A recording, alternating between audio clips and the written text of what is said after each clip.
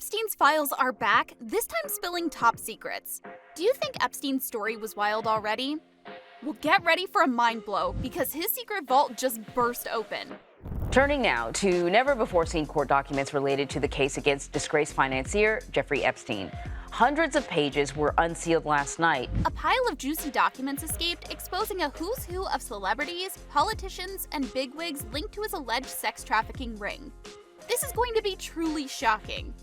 Get ready to know as we go. We dug deep and have it all unsealed. You know, sometimes someone's story yells, "This one was born for greatness," but their action literally veers them off in the wrong direction and eventually ends in tragedy. Just as Epstein's life was one hell of an inspiring growth movement, starting as a maths teacher at Dalton School beginning from 1974, even though he never completed college, thanks to the then headmaster Donald Barr's odd recruitments, those speculations surround whether there was his direct involvement with recruiting Epstein.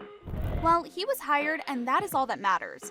In Dalton, he was known to be charismatic and particular about his female students. Being a high school student, most of them were underage, yet he treated them more like friends than just as students, even showing up at parties where the young ones were drinking. Sometimes he was seen seemingly flirting with female students. His behavior was considered inappropriate, but not strong enough to pique serious attention. But in June 1976, Epstein was dismissed from Dalton on the basis of poor performance. Lady Luck was still on his side, as his dismissal was immediately replaced by a job offer from Alan Greenberg, the chief executive officer of Bear Stearns, who he made an acquaintance with through his daughter, Lynn Capel, attending Dalton. He accepted this offer and began his baby steps to a career in finance at Bear Stearns in 1976 as a low-level junior assistant to a floor trader. Seems this was where his ability lies, because in no time, he had become an options trader. Working in the special products division, providing advice to the bank's wealthiest clients, the list includes Seagram president Edgar Bronfman on tax mitigation strategies. He won praise from Jimmy Kane, the bank's later chief executive officer, for the special way he handled these wealthy clients and unearthed products. 1980, 4 years afterwards, saw Epstein to the seat of a limited partner. A year later, however, the nosedive began as he suddenly was asked to leave for Reg D violation. Although remained close with Kane and Greenberg and was a client of Bear Stearns until its collapse much later. By this time, Epstein had become a finance guru and has gained prominence in wealth and social circles. Remember, he handled the wealthy clients of Bear Stearns. So he struck out on his own the same year and founded his billionaire only in a service providing firm. He always described his work at this time as being a high-level bounty hunter. Well, it is rumored he never really had billionaire clients.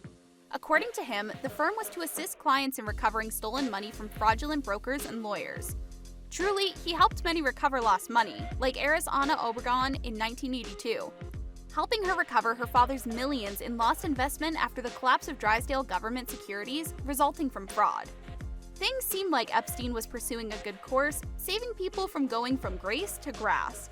However, this was not always the case, because he at other times worked for clients who had embezzled funds, even helped them recover lost embezzled funds.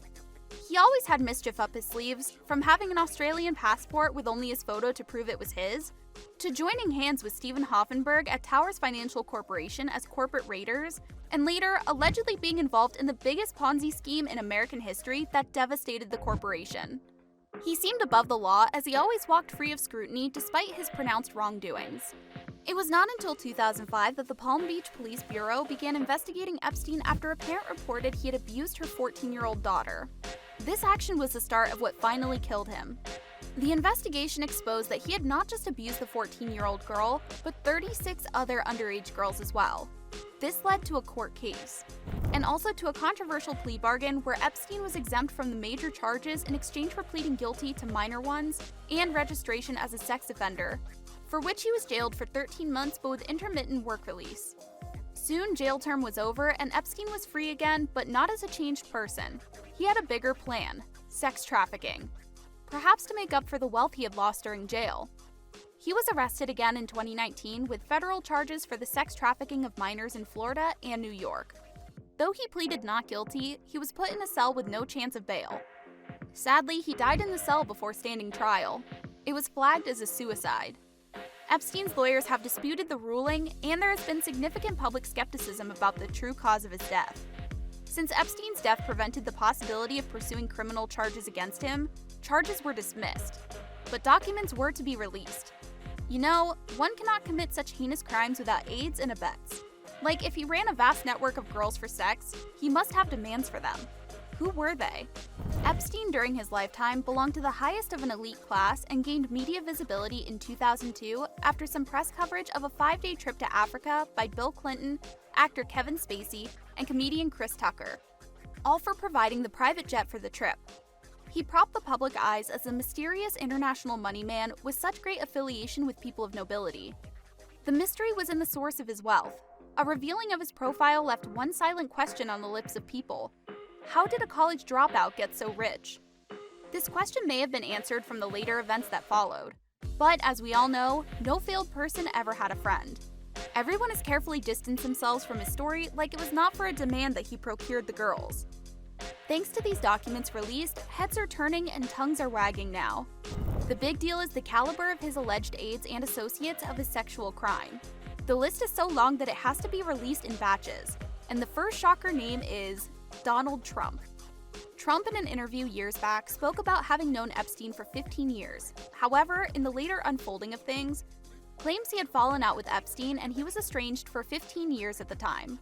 I had a falling out with him a long time ago. I don't think I've spoken to him for 15 years. I wasn't a fan. There are testimonies from Ms. Schoberg, a victim of the trafficking, stating that on an occasion she was flying with Epstein, a storm occurrence forced them to land at Atlantic City, and Epstein talked of seizing the opportunity to see Trump, but no sexual encounter was recorded. Bill Clinton. Bill's name popped up multiple times in the document, and yes, no allegation of offense has been leveled at him. Virginia Jeffrey, another Epstein's victim, tried to get him to testify under oath about his relationship with Epstein, describing him as a key person. Ms. Schoberg also testified that Epstein told her that Mr. Clinton likes them young, referring to girls. Mr. Clinton himself admits flying in Epstein's plane up to 4 times, but on the claim that they worked together on humanitarian projects long before he was brought under investigation, disputing that he had any knowledge of his dealings. Prince Andrew. Prince Andrew and the former President Bill Clinton have been named in newly released court documents relating to the sex offender Jeffrey Epstein. The British royal is another apex with lots of fingers pointing at him. Ms. Schoberg claims he touched her breasts in an encounter they had in 2001. 20 at the time, after being recruited on the basis of being a secretary without really knowing what her duties entailed. Another witness, Tiwana Lessie, a manager at one of Epstein's houses in Florida, said that during a time Andrew came visiting, he stayed for over a week receiving daily sexual massages. Prince Andrew has denied every claim as he stated categorically that he regrets his association with Epstein during his life, while extending credits to Virginia Jeffrey and Joanna Schoberg for their bravery in standing up for themselves. Bill Richardson. This is where the web link becomes more intricate. Virginia Jeffrey accuses the Mexican president of sleeping with her, however, by force. Richardson is dead now, but not before he denied ever meeting Virginia Jeffrey and wiggled out of admitting to any other. He was not charged with any crime. Foreshadowing. Videotapes, a list of vendors' phone numbers, and a whopping 51 pages of handwritten phone messages from Epstein's staff were all among the unsealed documents. Now that's just the tip of the iceberg. Next time, we're diving deep into the eye-opening twists and turns of the story you won't believe. Smash that subscribe button to unlock it in the next episode.